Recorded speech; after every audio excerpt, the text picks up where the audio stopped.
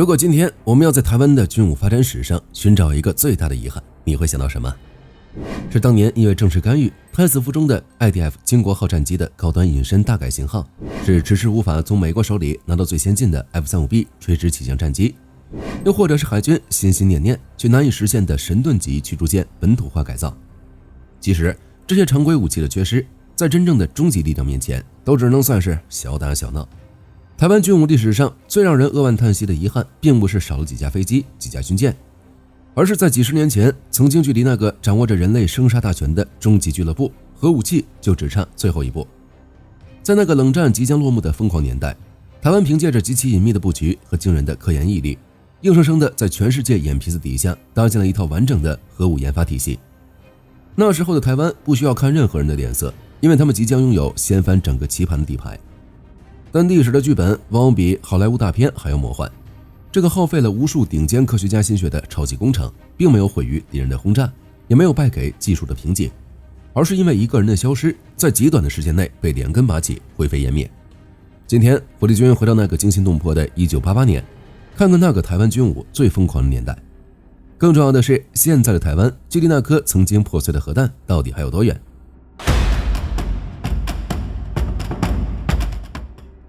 时间回溯到1988年1月9日，一个看似平静的冬日，在高雄小港机场，一名中年男子神色匆匆地混在人群中，他拿着一本早已准备好的假护照，在几名神秘外籍特工的暗中护送下，顺利登上了飞往美国的航班。随着飞机冲上云霄，消失在太平洋的上空，一场席卷台湾最高军事机密的12级大地震正式爆发。这个男人的消失直接让台湾高层如坠冰窟，他不是普通的叛逃者，他的名字叫张宪义。当时的身份是台湾中山科学研究院核能研究所的副所长，更是整个台湾秘密核武计划新竹计划的核心高层之一。张宪义带走的不仅仅是他脑子里的机密，更是一大批核心的数据档案。当这些档案被摆在华盛顿中情局 CIA 的办公桌上时，美国高层看着上面的数据，惊出了一身冷汗。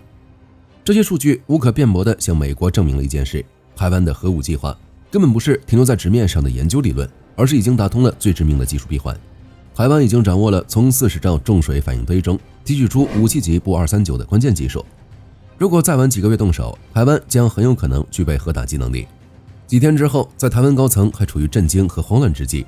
由美国核能专家和情报人员组成的突击检查团强行接管了位于桃园龙潭的核能研究所。那是一场简单粗暴阉割，美方人员根本不听任何解释，他们切断了那座耗费巨资建成的40兆瓦重水反应堆的电源，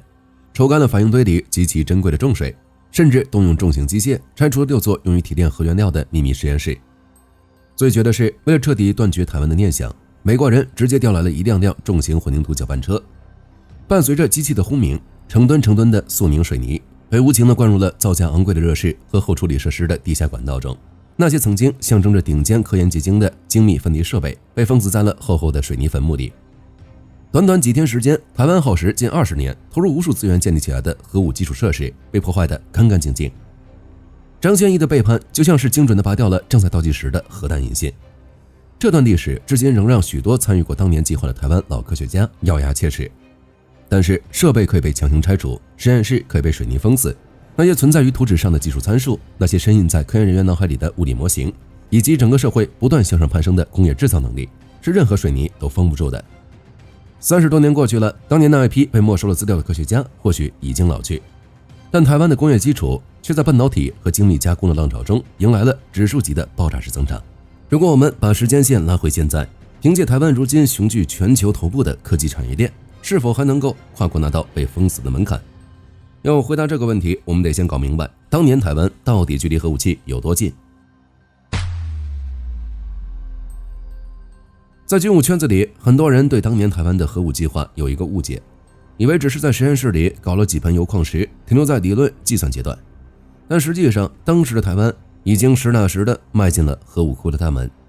这其中最大的功臣就是那座大名鼎鼎的 TRR 台湾研究用重水反应堆。那么什么是重水呢？火力军简单科普一下。首先，与重水相对的是清水，其实就是我们日常喝的普通水。在反应堆里，水是用来降温和控制核裂变速度的减速剂，而清水必须增加大量的浓缩铀才能实现降温的功效。重水我们就简单理解为可以直接用。所以加拿大卖给台湾的重水反应堆，简直就是为了地下核武计划量身定制的神器。只需要把最原始、最便宜的天然铀燃料插放进去，反应堆就能轰轰烈烈地运转起来。更关键的是，重水反应堆在燃烧天然油的过程中，它转化生成武器级铂239的效率高得令人发指。它本质上就是一台披着研究外衣的高效步军工厂。而且这台反应堆还具备在线换调功能，可以随时把刚炼好布的燃料棒抽出来，不引起国际原子能机构的察觉。有了原料，还差最关键的一步——后处理。从反应堆里抽出来的砝燃料棒是一根根散发着极其恐怖致命辐射且混合着各种剧毒裂变产物的毒棍，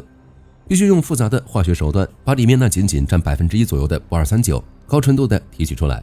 这就是为什么当年美国人在核研究所里看到那些被称为热式的设施时会吓得脸色苍白。当年台湾已经秘密掌握了名为 PUREX 不铀萃取流程的复杂化工技术，在那些拥有厚重铅玻璃防护只能用机械臂远程操作的热室里，科学家们使用硝酸将辐射照过的燃料棒溶解，再通过特殊的有机溶剂，在极其危险的高放射性环境下，一点一滴地把极其纯净的武器级部分离出来。张建义叛逃时带走的文件，正是这项后处理技术的完美闭环数据。在1988年那个节点，一旦武器级部的提纯达到临界质量，大约6到8公斤，剩下的就是把这些金属部打磨成一个个闪闪发亮的球体，装进炸药头颈里。这就好比已经把最难买的顶级和牛、松露和鱼子酱全部被其洗净，甚至连烤箱都已经预热好了。就在大厨准备把食材放进烤箱，完成这道名为核爆炸的大菜时，张献义这把锁直接把厨房门给焊死了，还顺手把煤气罐给扛走了。张献义的这一刀精准地砍在了工程从实验室阶段跨入总装车间阶段的致命时间窗口上。那么现在的台湾是否还具备研制核武的能力呢？或者说还有多远呢？当年那一套用来造核弹的硬件确实被砸烂了，图纸也被收走了。但是如果我们用当下的现代工业基底去重新审视当年那些所谓高不可攀的技术难关，你会震撼地发现，几十年的科技爆炸已经对当年那些核武门槛完成了降维打击。我们先看原料，当年台湾极度依赖那座重水反应堆，现在重水堆没了，台湾现役的核电站全都是清水反应堆。很多人以为清水堆造不了核弹，其实从纯粹的化学工程角度来看，这完全是小看台湾的现代化工业。数十年的核电运转让台湾囤积了极其庞大的砝燃料棒，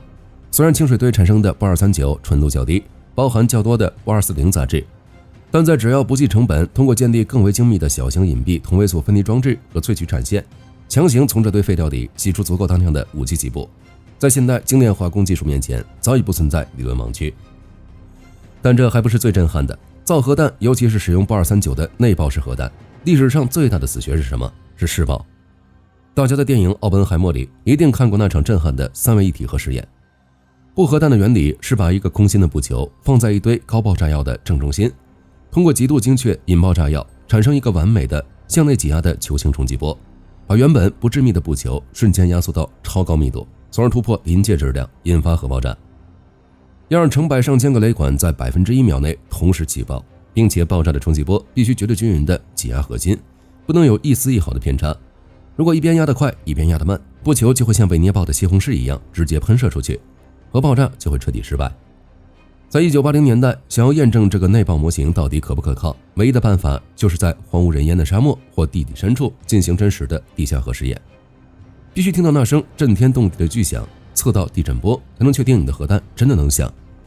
这也是为什么当年台湾即使提取出了布，依然面临着无处试爆的巨大困境。在这个拥挤的岛屿上，只要在地下引爆哪怕1000吨 TNT 当量的核弹，整个世界的地震仪都会瞬间报警。但是时代变了，这就是为什么我们现在要讨论台湾最可怕的一张底牌——全球顶级的半导体产业链与超级算力中心。在当今这个算力决定一切的时代，想要验证负载式冲击波流体力学模型，想要知道核材料在数百万个大气压下的状态方程，完全不需要去挖地洞搞真实爆炸了，只需要一座拥有1000万亿次运算能力的超级计算机。现代核大国维持核武库早就停止了真实的地下核试验，他们采用的技术叫做次临界实验。简单来说，就是用常规炸药去炸极其微量的核燃料，在它即将发生连锁反应但还没有产生核爆的1/1000秒内，用极高速的 X 射线摄像机记录下材料压缩的所有数据，然后把这些海量的物理数据全部丢进超级计算机里。过去计算这些复杂的方程需要老一代科学家们拿着计算尺，用着性能还不如你手里智能手机的古董级大型机，苦苦运算好几个月，结果还充满误差。而现在有了那些在先进制程下被源源不断生产出来的高端 GPU、AI 芯片以及庞大的机房集群算力支撑，这些令人头皮发麻的模型，在超级计算机里跑出一个高精度的 3D 模拟仿真结果，甚至只需要一杯咖啡的时间。凭借台湾现今掌握的强大半导体硬件制造能力，以及其能够轻易调动的超高算力资源，那些曾经需要通过炸碎一座大山才能验证的数据，现在完全可以在机房的荧幕上以数字代码的形式被推演出来。只要超算力的参数跑通了，只要流体力学模型在虚拟空间里完成了完美的对称压缩，那么现实中造出来的起爆构型就一定能像不需要震碎玻璃的巨响，不需要冲天而起的蘑菇云。在悄无声息的超级机房里，最致命的武器就已经在代码的世界里完成了释放。这就是现代工业与算力对传统核武研发设下的最高技术壁垒所实施的终极降维打击。